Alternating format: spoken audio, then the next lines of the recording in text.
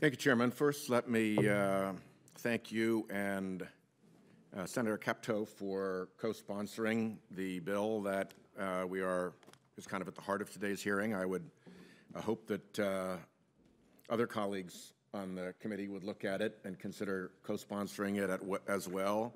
We are up to 25 co-sponsors, which is a terrific number, but it's certainly not enough to convince the majority leader that he can get over a 60-vote threshold.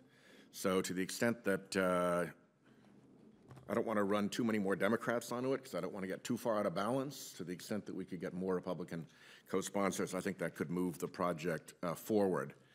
I also want to say that I have been to Saskatchewan Boundary Dam, and I've been to Shenandoah, Iowa, where they're growing algae with the waste exhaust from a ethanol plant. So I have seen this technology in action. I know that it is tangible and real, and everywhere I've gone, I have also been told what Dr. Friedman and Mr. Greason have told us, which is that it's really hard to find a revenue stream to pay for the sequestered or captured carbon. I want to emphasize Mr. Greason's testimony that enhanced oil recovery was and is still today the only known way to create a revenue stream that could offset the cost of building and operating carbon capture right now.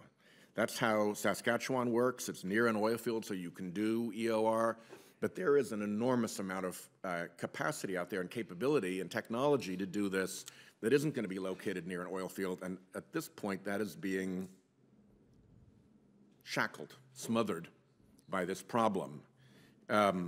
One of the things that we are seeing emerging is recognition of a cost of carbon, which implies that there should either be a payment for reductions in carbon emissions or a price on carbon emissions. And Mr. Greason, you mentioned that absent a price on carbon emissions, this is a problem, so presumably a price on carbon emissions would help create a revenue stream. Is that correct? That's correct, sir. It would facilitate market and industry getting together and trying to come up with ways to take advantage of that price on carbon emissions, correct? That's correct. Any opportunity to create a revenue stream is going to help.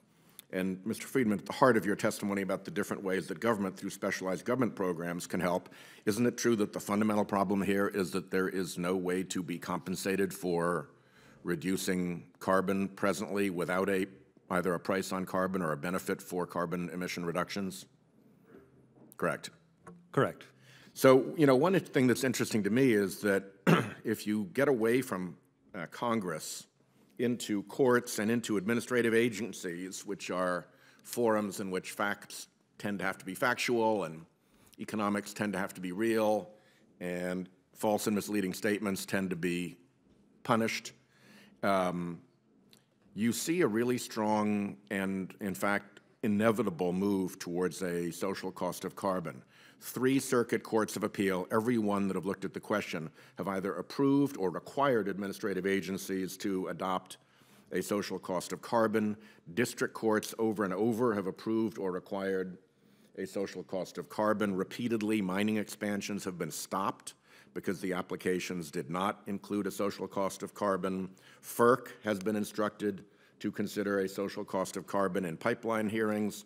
The National Highway Transportation Safety Administration has been instructed to use a social cost of carbon and told that it cannot be zero.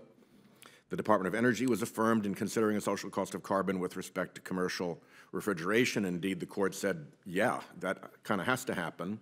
New York, Minnesota, and Colorado public utility or public service commissions have adopted social cost of carbon. The Illinois state legislature has adopted the social cost of carbon and is now a commonplace for U.S. corporations and for major investors to bake an internal social cost of carbon into their decisions. Mr. Friedman, do you think that that is a sensible move on the part of these courts, these administrative agencies, and these corporations? It's simply a market reality. They are trying to manage the carbon risks and how the market values those carbon risks. Every multinational oil company that I know of carries a social cost of carbon and an operational cost of carbon for their investment planning. And they won't build a unit unless it can have a strong internal rate of return given a high cost of carbon. So I'd suggest if it's good enough for the oil industry itself, it might at some point before too long be good enough for Congress to consider. Mr. Chairman, I would love, if it works, to have a second round to ask Mr. Friedman particular questions. We've dealt mostly with atmospheric CO2, with technologies that relate to extracting the CO2 load from our oceans, which are dramatically acidifying as a result of the CO2 load. Certainly. And we've been talking in this hearing virtually exclusively about atmospheric carbon, and obviously that's a significant problem. For as long as humankind has been on our planet, we've had atmospheric carbon dioxide concentrations between about 160 and 300 parts per million. We have now blown through 400, which humankind has never experienced, and projections are that we'll crest above 500 parts per million. So I don't mean to deprecate the importance of atmospheric carbon dioxide hyperconcentrations, but 30% of that carbon dioxide has been absorbed, roughly, has been absorbed chemically into the oceans with a very, very predictable, replicable scientific chemical result, which is that the oceans acidify.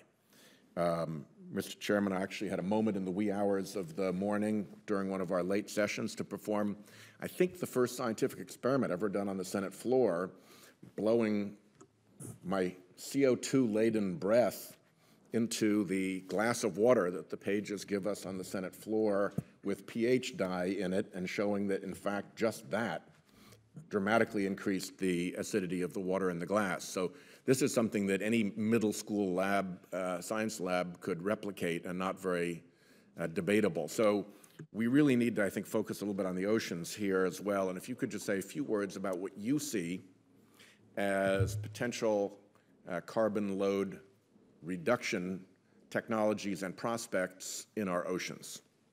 And do you agree or disagree with any of what I just said? I 100% agree with everything that you just said. Ocean acidification is an often overlooked consequence of global greenhouse gas emissions.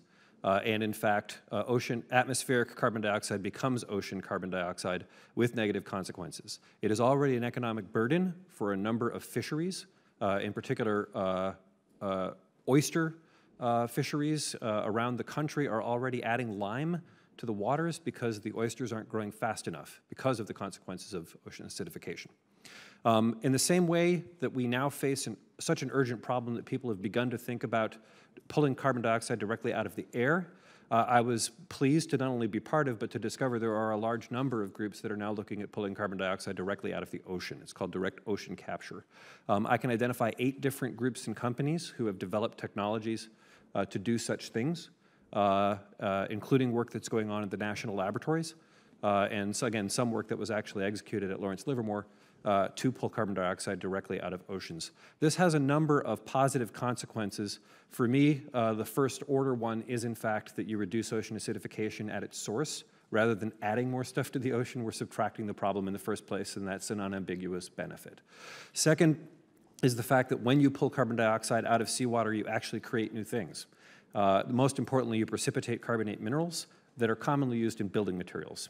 So sand, aggregate, cement, additives, all these things can actually be made by pulling carbon dioxide out of the ocean. And the costs for that today are substantive, but again, the best time to plant a tree is 20 years ago. The second best time is now. If we get on the stick with an innovation agenda, we can think about how to develop better technologies and ratchet down the costs for those kind of operations. And these ocean technologies suffer from the same finance problems that the atmospheric technologies do, which is that presently there is no revenue stream that rewards the reduction of carbon dioxide levels in the ocean in the same way that, other than EOR, there is no revenue stream that rewards reduction of carbon dioxide levels in the atmosphere. That is correct. Even the revenues from byproducts for things like the lime materials are nowhere near enough to close the financing gap. So projects are not being fielded, and the amount of research that's being done on this topic is very small. Who knew? Hard to get investors for something where there's no prospect of a revenue stream. Thank you.